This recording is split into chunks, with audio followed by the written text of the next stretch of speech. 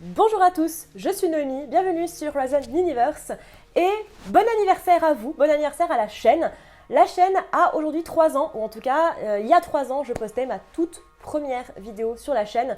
La vidéo je fais la différence entre science-fiction et science-fantasy, voilà ça fait 3 ans déjà que j'ai commencé l'aventure YouTube. 3 ans que vous êtes là à mes côtés, certains d'entre vous me suivent depuis quasiment mes tout débuts, certains d'entre vous viennent juste d'arriver, donc à vous tous, les nouveaux arrivants comme les anciens combattants, merci à vous de votre soutien. C'est vrai qu'on a tendance à se plaindre beaucoup sur les réseaux sociaux, voilà, des gens en règle générale. Maintenant, j'ai beaucoup de chance avec vous. Vous êtes une communauté fantastique qui est vraiment dans le soutien, dans la gentillesse et dans le partage. Et je ne pourrais jamais vous remercier autant pour ce que vous m'apportez tous les jours. Merci à vous d'être là. Et du coup, pour célébrer ces 3 ans, j'ai décidé d'être extrêmement originale et de faire une FAQ. Vous avez demandé sur différents réseaux sociaux de me poser des questions. J'en ai pas mal, donc on va se lancer. Du coup, j'ai mis mes lunettes parce que je lis sur le téléphone, c'est quand même mieux pour moi de ne pas mourir et de mettre mes lunettes. D'où le fait qu'on soit en lumière naturelle, donc ça va sûrement un petit peu bouger, mais parce que avec mes lunettes, j'ai le filtre bleu. Donc avec les néons et tout ça, ça fait ça fait pas joli en fait, et c'est très dérangeant de filmer avec des lunettes avec ces trucs-là et de regarder avec ces trucs-là. Donc, lumière naturelle, lunettes, c'est parti, mon kiki, on y va tout de suite.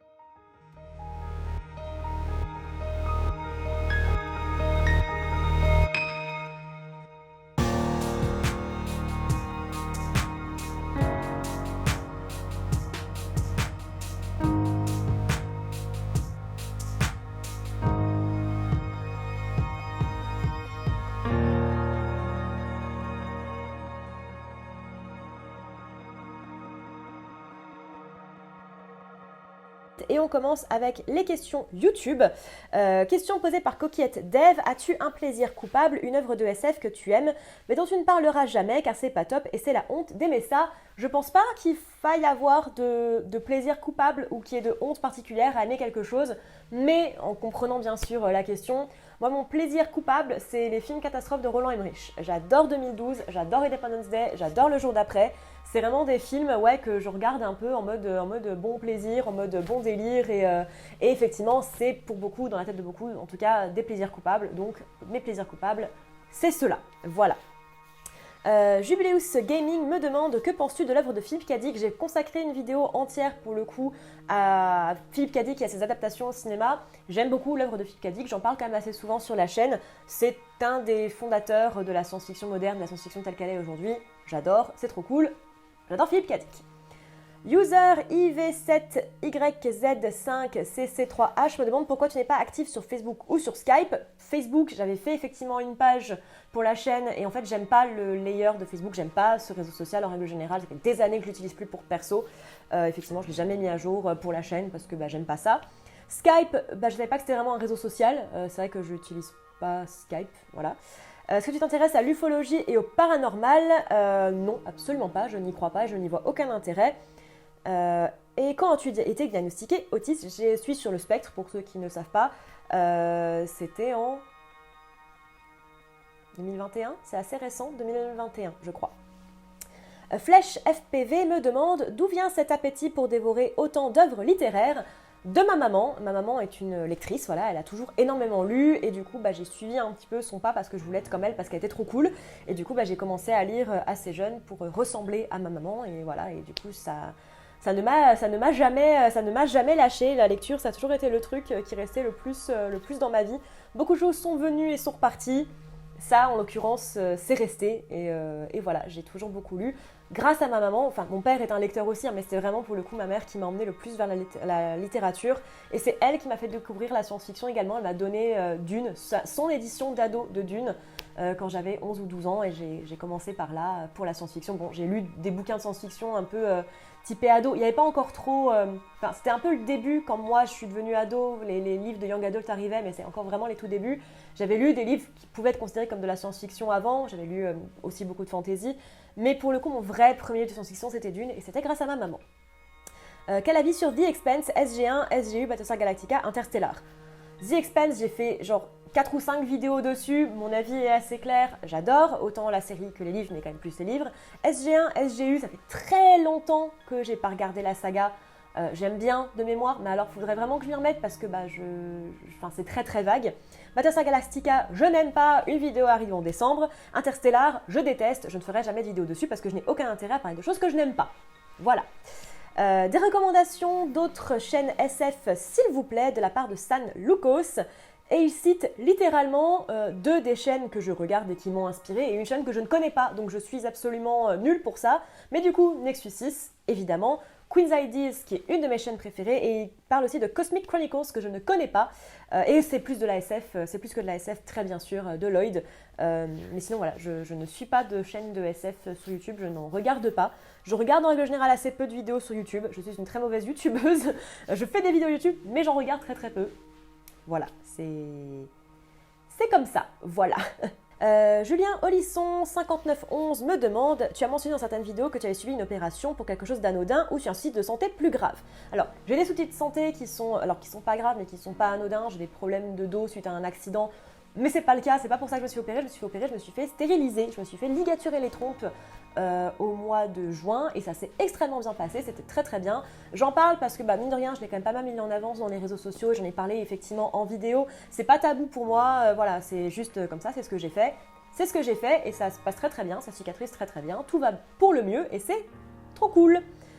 San Lucas, encore une fois, me demande: quel roman sur le voyage dans le temps conseilles-tu? J'ai fait une vidéo entière sur le voyage dans le temps, n'hésitez pas à aller la voir si ça vous intéresse. Miss Marciano 31 me demande: est-ce que tu avais une vidéo sur la trilogie de Liu Cixin de prévue? Eh bien, elle est déjà sortie en l'occurrence. Elle n'était pas sortie à l'époque de la question, mais elle est sortie entre-temps. Quel regard portes-tu sur les auteurs SF qui traitent de l'écologie? Beaucoup d'entre eux ne sont-ils pas enfermés dans une vision techno-optimiste de la société? J'ai fait une vidéo sur, sur l'écologie en SF et la cli-fi, si ça vous intéresse également.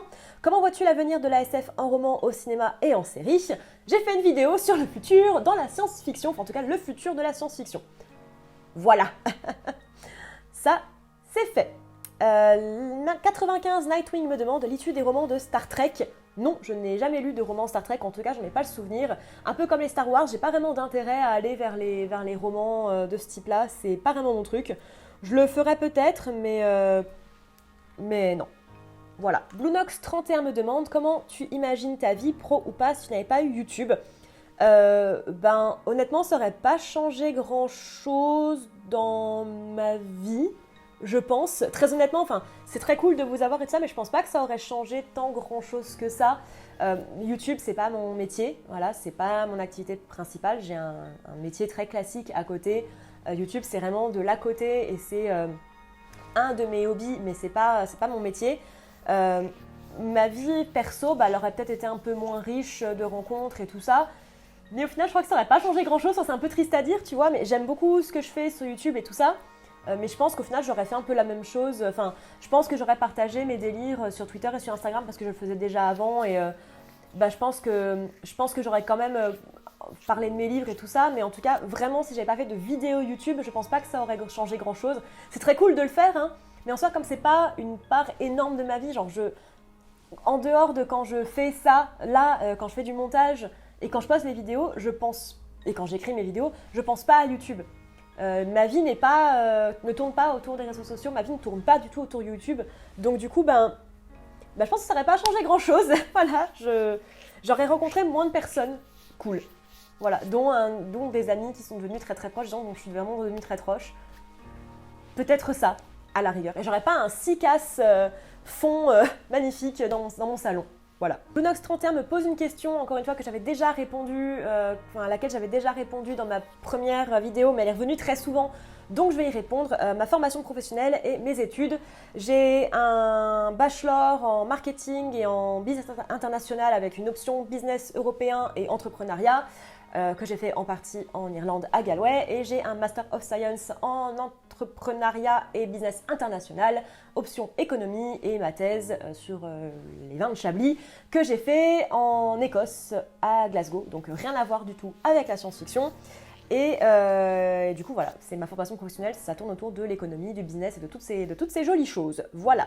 Autorisation 2876 me demande « Tu n'as jamais peur que ton chat passe du côté obscur ?» Mais il s'appelle Anakin, donc c'est déjà fait, très clairement. Plus sérieusement, je voudrais savoir si tu t'es déjà lancé dans l'écriture de nouvelles ou de romans. Oui, je suis en train d'écrire un livre que je fais depuis un bout de temps. Enfin, c'est un bout de temps que je travaille dessus parce que, encore une fois, pas mon métier et il faut réussir à jongler un petit peu tout. Et en ce moment, je suis en train d'écrire un script de série. Voilà, que je ne ferai probablement jamais, parce que j'ai pas les moyens techniques ni financiers de le faire, mais j'écris un script de série, voilà, et j'écris un bouquin à côté. Baptiste Gavalda, qui est quelqu'un qui me suit depuis très longtemps, me demande « Recherches-tu la même chose quand tu lis de la fantasy et de la SF ?» Je pense que la question est un peu posée à l'envers. Je ne recherche rien de particulier quand je lis de la fantasy et de la SF, si ce n'est de m'ouvrir à d'autres choses que ma vie quotidienne, à la rigueur. Donc, dans ce sens-là, oui. Même si, fatalement, vu que c'est deux genres très différents, dans des settings très différents, fatalement, c'est pas la même chose que j'en retire. Mais je cherche rien de particulier, ni dans la SF, ni dans la fantasy, ou quand je lis, en règle générale, juste m'évader, à la rigueur, sortir de mon quotidien. Comment aimes-tu les chapitres longs, courts, découpés, inexistants, ou c'est sans importance, sans aucune importance? Vraiment, je me suis jamais vraiment posé la question. David Rod 1205 me demande « Quelle série ou film Star Trek préfères-tu et pourquoi aimes-tu cet univers ?» Je préfère TNG, Star Trek Next Generation, c'est ma série préférée parce que c'est celle par laquelle j'ai découvert Star Trek et je suis une grande fan. Et mon film Star Trek préféré, je pense que c'est The Motion Picture. Voilà. Dev revient encore une fois me demander « Tu parles beaucoup SF, mais est-ce que tu lis d'autres genres, fantasy, fantastique, thriller, des auteurs ou livres en particulier à conseiller dans ces autres genres ?» Je parle de fantasy assez souvent sur la chaîne, je parle au moins d'un bouquin de fantasy dans chacune de mes piles, mine de rien. Mais effectivement, oui, je lis de la fantasy. Et le thriller, c'est mon troisième, du coup, après l'ASF et la fantasy, genre de livre préféré. Je suis une très très grande fan de Fred Vargas, c'est mon autrice de thriller préférée. Et c'est une française, pour le coup. Sinon, c'est Paul Cleave et Jonathan Kellerman que j'aime énormément.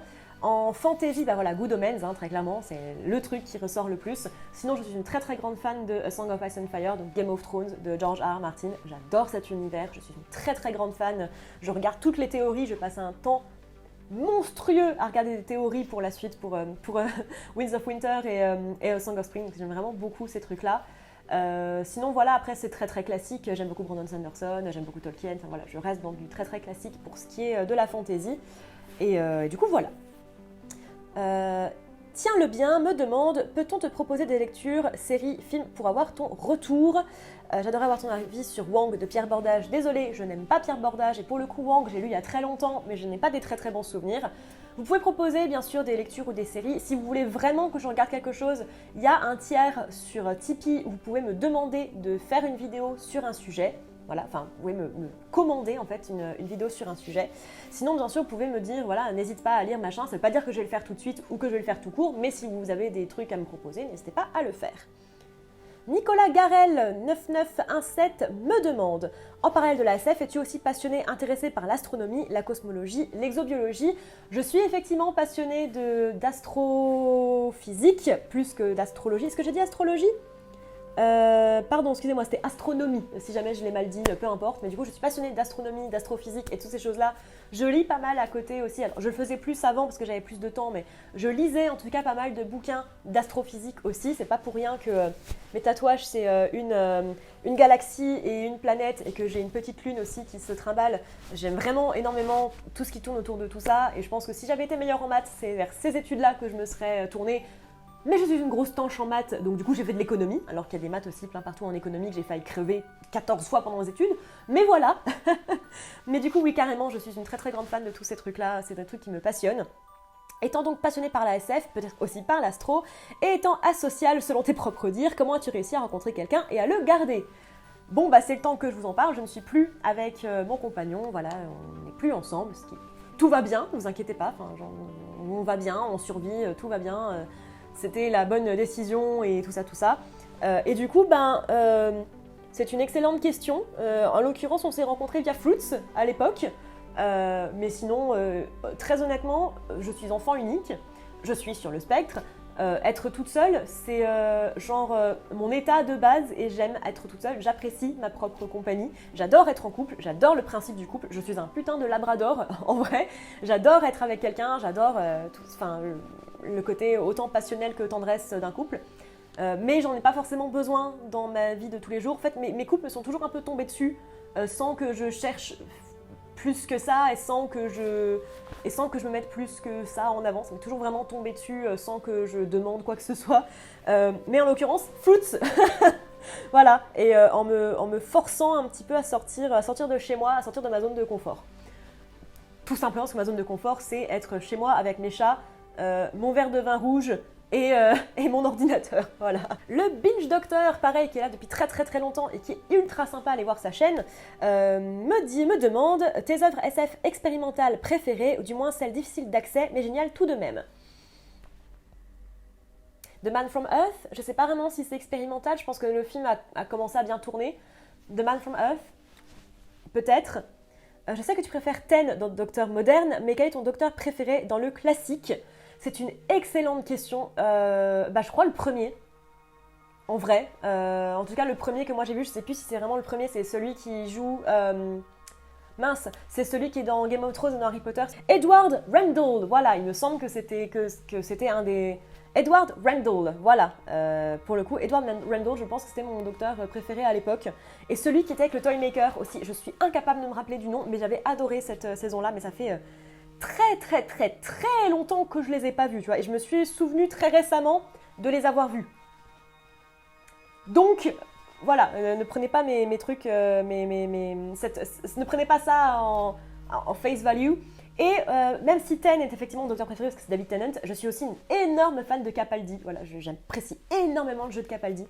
Mais effectivement, Ten reste dans mon cœur parce que David Tennant, meilleur compagne du docteur, Martha. Voilà. As-tu vu la 4e dimension, la série originale de 59 qui s'appelle Twilight Zone, je crois, en anglais ? Et oui, je l'ai vue il y a pareil un sacré bout de temps. Je crois que je venais juste de déménager toute seule, d'emménager dans mon premier appartement. Donc ça fait quand même quelques années. Il faudrait vraiment que je la revoie. J'ai très envie de la revoir. Mais du coup, je me souviens l'avoir plutôt bien aimée et d'avoir bien apprécié le côté un peu old school. Maintenant, encore une fois, ça fait super longtemps. Donc pareil, prenez peut-être pas... De toute façon, je raconte des grosses conneries. Je vais revoir. Je vais me dire, oh putain, c'est quoi cette merde ? Mais... normalement, j'avais bien aimé. Isham me demande comment fais-tu tes choix pour tes lectures ? Très sincèrement, j'ai une liste, parce que voilà, ça fait très longtemps que je lis de la SF, donc du coup j'ai des listes de trucs où tu sais, je tombe dessus parce que Goodreads te recommande, parce que du coup quand tu lis un tel bouquin, il t'envoie vers d'autres bouquins, avec les sorties, voilà, les trucs qu'on me propose, les trucs que je vois un petit peu passer, les auteurs que j'aime bien, du coup je me mets leur bouquin dans la liste. Après, en règle générale, je fais un petit peu au petit bonhomme la chance. Je me dis, tiens, je vais lire du Hamilton, je me sors les Hamilton et je me dis, je vais en lire un tous les 2 mois. Donc, je mets un tous les 2 mois et puis je fais un peu ma liste comme ça. Mais sinon, ouais, c'est un peu au petit bonheur la chance. Je prépare mes piles très longtemps à l'avance, mais du coup, c'est un peu comme ça où je me dis, tiens, ce mois-ci, je vais me faire un Hamilton, je vais me faire un Tchaïkovski, je vais me sortir un auteur que je connais pas et j'essaye de mélanger un petit peu entre des auteurs que j'aime bien, des auteurs avec lesquels j'ai un peu plus de mal et des auteurs que je ne connais pas et des découvertes. Et j'essaie de toujours avoir un livre de fantasy et un Terry Pratchett dans mon mois. Voilà. Et ne redoutes-tu pas de tomber sur le livre de trop d'un de tes auteurs favoris ? Je le redoute pas, mais ça va forcément arriver un jour. On peut pas tout aimer dans tous les cas, donc ça va forcément arriver un jour. Et comme j'avais 203, continues-tu de prendre du plaisir à faire ces vidéos ? Oui, parce que sinon je le ferais pas. Voilà, il y a des moments qui sont plus chiants que d'autres. Par exemple, je déteste le montage. J'aime vraiment pas faire du montage. L'interaction avec les gens est parfois très lourde parce que voilà, c'est pas toujours très très fun. Mais en soi, faire les vidéos, chercher pour faire les vidéos, écrire, tout ça, c'est vraiment un truc qui me plaît. Donc, oui. Diddle47252 me demande, et c'est du coup la toute dernière question de YouTube. Il m'a fait un grand pavé qui est très très gentil. Comment parvenez-vous à gérer autant de titres de livres sur un mois, sachant que vous ne faites pas que ça ? C'est une bonne question. En fait, je me dédie vraiment du temps pour la lecture. Tous les matins et tous les soirs, pratiquement, je prends le bus pour aller au boulot. Donc du coup, j'ai déjà une demi-heure à peu près de lecture matin et soir. Le midi, ça m'arrive aussi de lire, donc pareil, je me prends 20 minutes, une demi-heure sur mon heure de déjeuner où je lis. Et puis je me laisse au moins 1 heure le soir pour lire. au moins 1 heure, ça peut être 1 heure et demie, ça peut être 2 heures, mais je me laisse en fait ces trucs-là et je me prends vraiment, genre, c'est comme si je prenais rendez-vous en fait avec la lecture. Et pour moi, c'est vraiment en fait un truc que devraient faire les gens qui ont envie de s'y mettre, mais sans se laisser en fait le temps de le faire. Prenez-vous un rendez-vous avec la lecture. Dites-vous, voilà, aujourd'hui de telle heure à telle heure, je me fais un date avec moi-même, genre je me prépare un chocolat chaud, une tisane, peu importe. Je prends ce temps-là pour lire. Et moi, c'est pas que je me force, parce que c'est vraiment un truc, parce que c'est partie de mon quotidien et c'est un truc que j'aime, mais c'est mon rendez-vous avec la lecture. Voilà. Sinon, voilà, c'est très très très gentil. Ça, vous avez été très très gentil. J'ai pas forcément lu les trucs pour dire, voilà, oh là là, c'est trop génial, machin, parce que bah, c'est un peu délicat de dire ça comme ça, mais merci énormément pour vos questions. On passe maintenant aux questions Instagram. La première est de Homekaz. C'est quoi ta BD SF préférée ? Très honnêtement, je lis très très peu de BD SF, du coup ma culture BD est pas extensive, mais je pense que ça se balance entre Valérian, le transperce-neige et Valérian, le transperce-neige. Je pense que c'est vraiment mes deux préférés, je pense. Je crois qu'on m'avait posé la question l'année dernière, il me semble que j'avais dit Valérian, il me semble que c'est Valérian. Et la deuxième question vient de Salade Mozza, qui est tout le temps hyper sympa sur Instagram et qui like tout le temps et tout, qui est super cool. À la vitesse où tu dévores le contenu SF, tu penses que ça peut devenir un problème ? Non, parce que vraiment il y a tellement de contenu SF, je pense pas que ce soit possible que je défonce tout le contenu SF et que je me retrouve avec plus rien. Si c'était la question, en tout cas je ne pense pas. Lisella, qui a été ma modératrice sur Twitch quand je faisais du Twitch, que je ne fais plus parce que par manque de temps et par énorme flemme et qui est hyper sympa, me demande, hors des chefs-d'œuvre de Sanderson, quels sont tes romans fantasy préférés ? Attention, Robin Hood n'est pas une option, toi-même tu sais.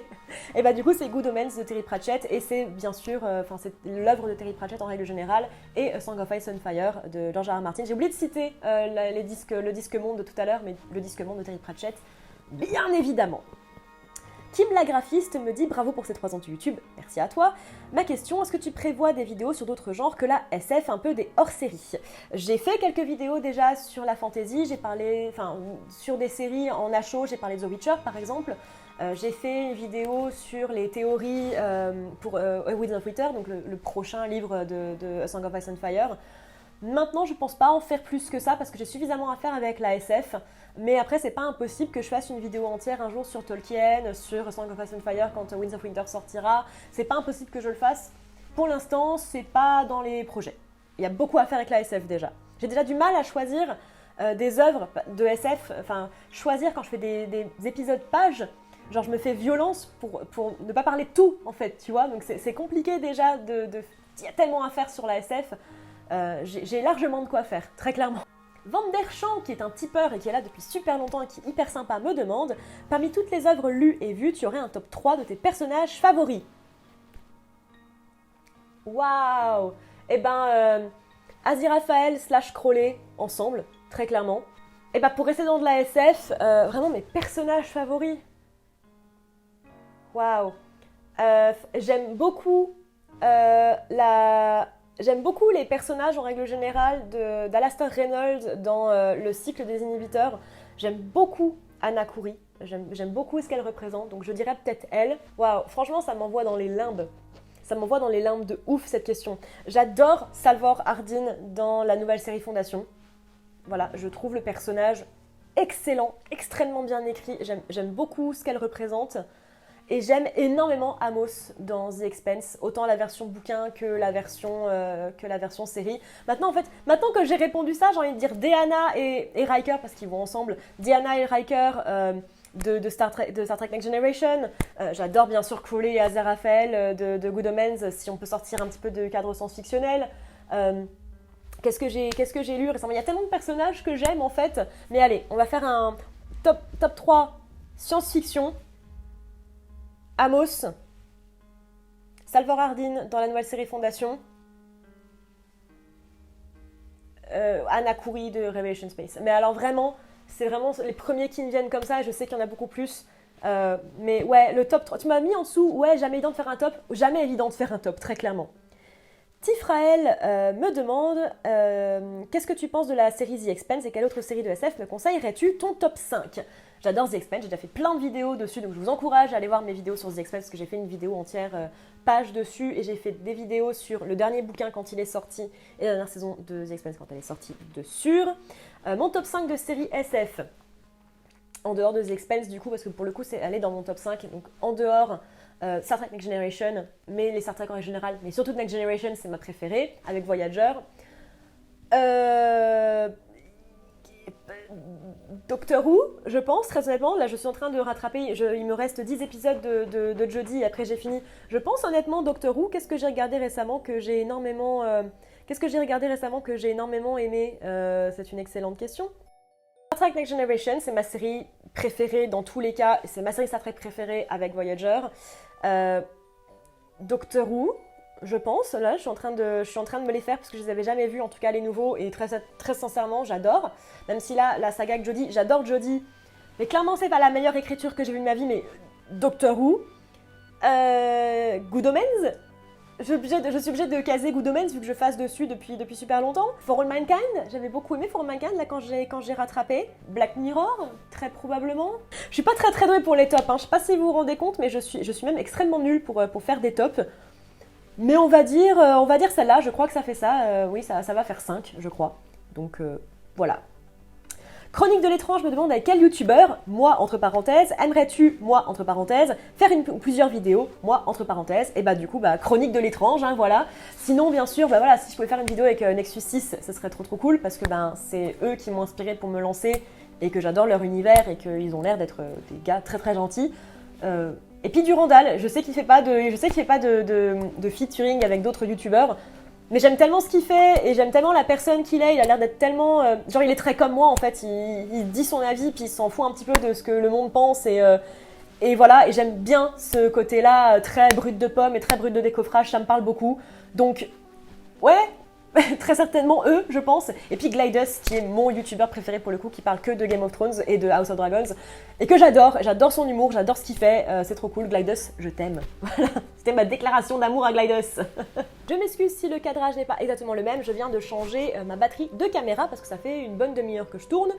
Et elle vient de décéder. Donc voilà, désolée du coup si c'est pas exactement les mêmes lumières, le même truc, machin. Vous êtes habitués, je ne suis pas une professionnelle de la profession. Voilà. Et du coup, bien sûr, les chroniques de l'étrange. Ensuite, on passe à la question de Tony Sana 77. Est-ce que tu te consacres entièrement à YouTube? Non, YouTube est un passe-temps. J'ai un métier en 35 heures à côté qui me prend mon temps, le plus clair de mon temps. Donc du coup, non, YouTube n'est pas mon métier. As-tu fait des partenariats? La réponse est non, je n'ai jamais fait de partenariat avec... si c'est la question, c'est partenariat, sponsor et tout ça, la réponse est non. Comptes-tu continuer ta chaîne YouTube? Quels sont les projets que tu peux nous dévoiler? Je vais continuer ma chaîne YouTube, hein. Je pense que je l'aurais dit en préambule de la vidéo, genre en mode c'est la dernière vidéo les gars, bye bye. Je vais continuer la chaîne YouTube, en tout cas tant que ça reste fun, je vais continuer à le faire. Je sais pas combien de temps ça va durer. Pour l'instant, les vidéos sont prévues jusqu'en fin 2024. À la fin de l'année, je vais brainstormer pour mettre en place 2025. J'ai déjà la liste d'œuvres, enfin j'ai une liste d'œuvres que je veux faire et 2025, elle commence à être mise en place dans ma tête, mais elle n'est pas encore totalement à 100% mise en place. Donc pour l'instant, oui, parce que ça reste fun. Et du coup, des projets que je peux dévoiler, vous avez déjà ma liste de vidéos que je vais faire et les œuvres que je vais faire. Donc ça a déjà été dévoilé, j'en ai déjà parlé. Voilà, comme j'ai dit tout à l'heure, j'écris des trucs pour mon plaisir personnel. Hein. On verra un jour si ça devient quelque chose. Sinon, non, rien de particulier parce que, comme j'ai dit, YouTube, c'est pas mon métier, il n'y a pas de projet plus que ça. Il y a des projets peut-être avec d'autres youtubeurs qui vont arriver, peut-être ou peut-être pas, on ne sait pas. Mais sinon, à part ça, non, en tout cas, rien que je puisse dévoiler. Et on termine avec les questions Twitter, et il y en a pas mal. Lisella revient du coup et me demande, après l'enchaînement marathon de Folie, Good Omens, Star Trek, Doctor Who, sur quelle série porteras-tu ton attention et pourquoi? Alors du coup, je vais finir Star Trek Enterprise, que du coup j'avais commencé à regarder en parallèle avec Doctor Who, je me suis concentrée là à fond sur Doctor Who, et je vais finir Star Trek Enterprise pour faire mes vidéos, parce que du coup j'ai une série de vidéos sur les séries Star Trek qui vont arriver, donc il y aura ça. Il faut que je regarde TOS aussi, ça fait super longtemps que je ne l'ai pas vu. TNG, bon voilà, je l'ai vu 5 fois je crois, donc j'ai pas besoin de la revoir pour faire une vidéo dessus. Sinon après j'hésite, je vais soit revoir Farscape, soit Babylon 5, soit Firefly. Mais c'est les trois là que j'ai en ligne de mire et que j'ai envie de regarder après. Mais en tout cas voilà, ça sera une de ces trois là. Kill, du coup, me demande à quand une sponsor avec 3M France pour régler cette histoire de décor qui tombe. Et j'ai fait la vanne de mettre une photo d'un paquet entier. Parce que du coup, pour ceux qui ne savent pas, en fait, c'est des languettes. En fait, je colle, c'est des languettes collantes pour tableau, normalement. En fait, c'est comme ça que mon fond tient. Et du coup, c'est vrai que mon fond se casse quand même tout le temps la gueule parce que, à force, en fait, le tissu fait que les languettes ne sont plus collantes et du coup, ça tombe.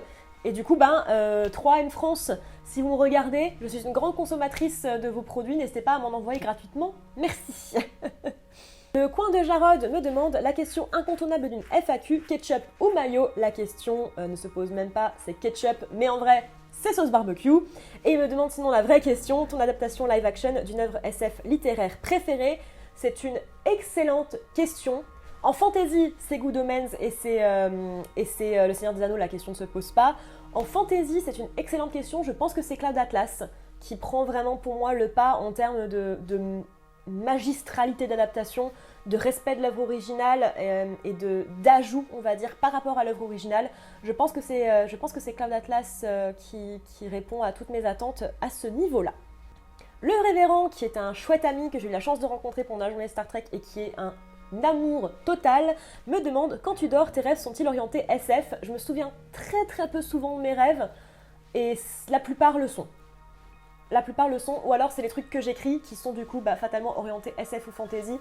Mais du coup, ouais, la plupart du temps quand je m'en souviens, ils le sont. Ils le sont. La microbio en gros me demande à quand une vidéo sur le Rococo Punk.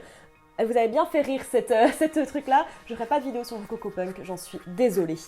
Eric me demande comment choisis-tu les livres de tes piles mensuelles. Et comme je l'ai expliqué, en fait, j'ai un peu essayé de faire un roulement en fait entre vraiment un auteur que j'aime beaucoup. Alors du coup, ça va être très souvent, ça va être Tchaïkovski par exemple, voilà un auteur que j'apprécie.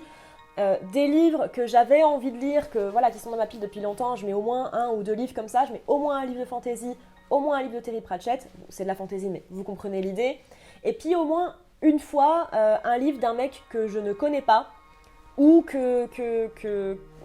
on m'en a parlé mais j'ai jamais trop lu, ou c'est une nouvelle saga ou peu importe. Pour les sagas, je sépare toujours d'un mois. J'aime pas lire mes sagas à la suite, donc je lis le livre 1 en janvier, le livre 2 en mars. Ouais, il y a toujours séparé d'un mois, la plupart du temps en dehors des livres de Terry Pratchett. Et puis voilà, après c'est un peu au petit bonheur la chance et comme ça m'a pris quand j'ai fait ma pile. Traf Fiction me demande si tu devais être capitaine d'un vaisseau dans l'univers, il s'appellerait comment? Le Horizon Universe, c'est littéralement le but de la chaîne, c'est le Horizon Universe. Et ça vient, alors dans l'idée, ça me vient du cycle des inhibiteurs de Alastair Reynolds. Voilà, le Nostalgia for Infinity, c'est le nom du vaisseau. J'ai trouvé ça méga cool et je me suis dit mais en fait c'est vrai que c'est pas con en fait d'avoir des trucs comme ça. J'adore le principe de l'horizon d'un trou noir, donc Horizon, et j'aime le principe de l'univers, hein, voilà, c'est pas pour rien. Horizon Universe, voilà. And why is she the best en me montrant une photo de Crowley sur le mur avec Aziraphale. C'est pas mon Crowley préféré, mais Crowley, she's the best. She is. Alpha Sunt me demande, vu ton amour de la littérature, as-tu déjà voulu écrire un roman? C'est en cours. Smaïn me demande, je suppose que la science-fiction est ton genre littéraire favori. Si oui, pour quelle raison? Oui, ça l'est, et j'en ai déjà parlé dans plusieurs vidéos, mais c'est parce qu'en fait, ça me permet de m'ouvrir à des trucs qui ne sont trouvables nulle part ailleurs. Ça te permet de t'ouvrir à des horizons, de te faire te poser des questions et de te poser des clés de réflexion et des clés de lecture du monde que tu n'as littéralement nulle part ailleurs. Majoritairement, en fait, ça me permet de me faire exploser le cerveau dans des dimensions que tu n'as nulle part ailleurs, en fait. Tout simplement. Et parce que je trouve ça super stylé, les planètes, les vaisseaux spatiaux, les aliens, machin, enfin, c'est trop cool, enfin, c'est trop stylé, tu vois. Donc, principalement parce que, un, c'est trop stylé, et deux, c'est ce qui me permet de m'ouvrir, en fait, à des trucs que j'aurais jamais découvert sans, tout simplement. Neveu Victor, pain au chocolat ou chocolatine, habitant dans le nord-est et ayant plus ou moins toujours habité dans le nord-est de la France, pain au chocolat. Mais même si la vraie réponse c'est croissant aux amandes. Le vrai truc c'est croissant aux amandes, on va pas se mentir.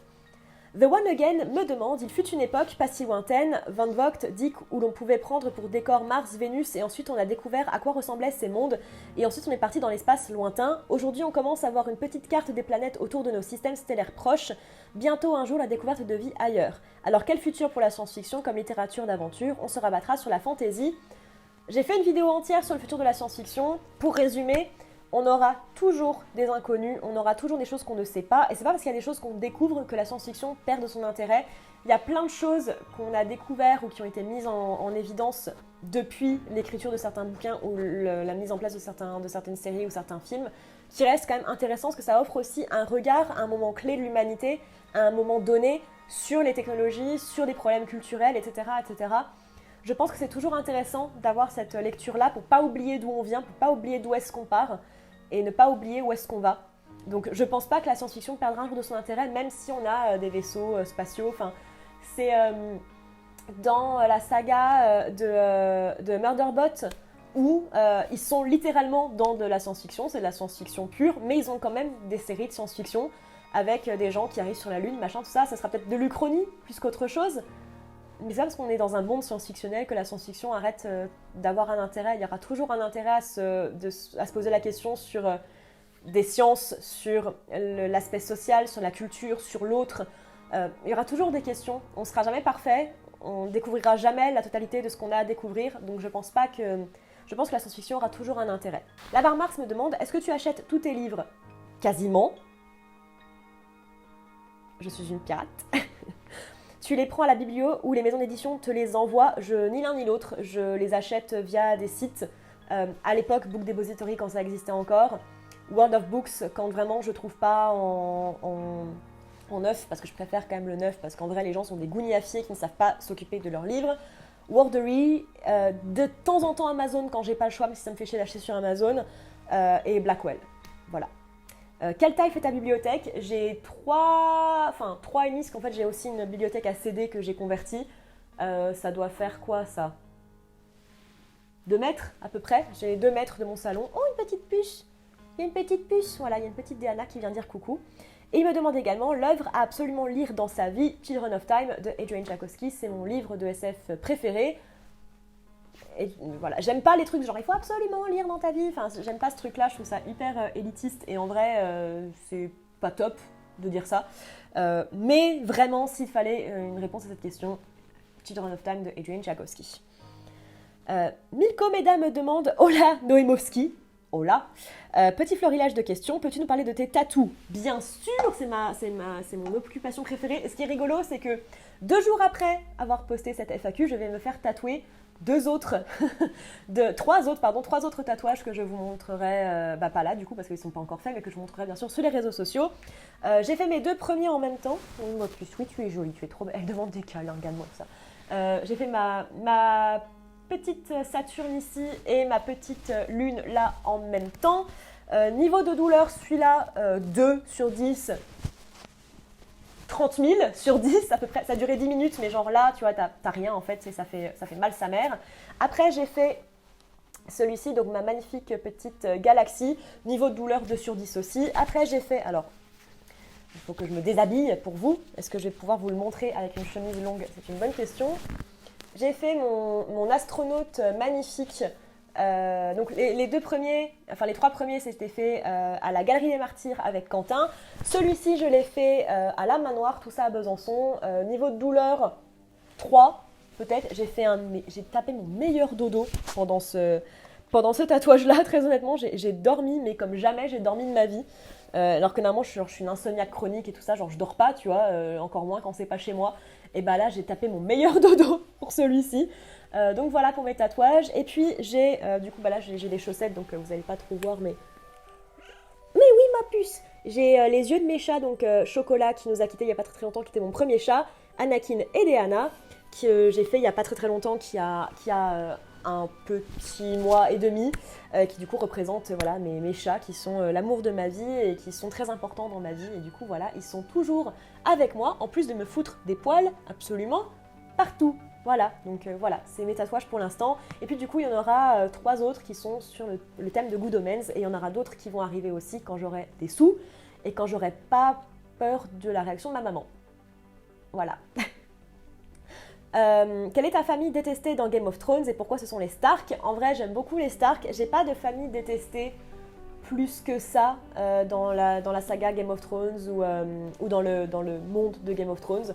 Je trouve qu'elles ont toutes un côté très intéressant et j'ai pas de famille que je n'aime pas. Il y en a que je trouve moins intéressantes que d'autres, mais les Lannister par exemple, je trouve que c'est pratiquement les moins intéressantes. Là, mis à part être riches, ils n'ont pas grand chose à dire. Voilà, peut-être les Lannister, à l'extrême rigueur, mais sinon je les trouve tous extrêmement intéressants. Le plus important, as-tu trouvé un groupe pour casser les oreilles des habitants de Besançon? Non, mais j'ai commencé à faire un petit peu de la musique avec mon beau-père, entre guillemets, avec le chéri de ma maman, qui est musicien, et du coup, voilà, on fait de la musique ensemble, et c'est très très cool. Voilà. See you in the universe, see you in the universe. Et la toute dernière question, mes bons amis, de Genliai. Quel livre ou série de livres aimerais-tu le plus voir être adapté sur petit ou sur grand écran?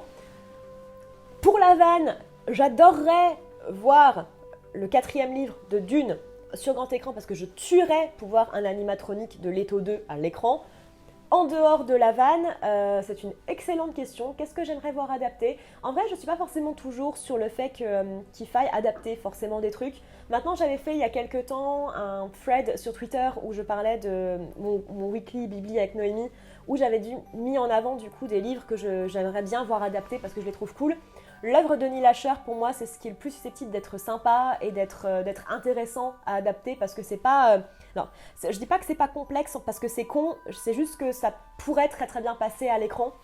J'aimerais beaucoup voir le reste de la saga Takeshi Kovacs correctement adapté parce que le 2e, pour moi, c'était mon préféré et il a été complètement massacré par Netflix, donc j'aimerais beaucoup pouvoir voir ça. Honnêtement, le cycle des inhibiteurs, ça serait une tuerie à avoir adapté, mais je pense que c'est extrêmement large, mais ça serait vraiment trop cool de le voir adapté.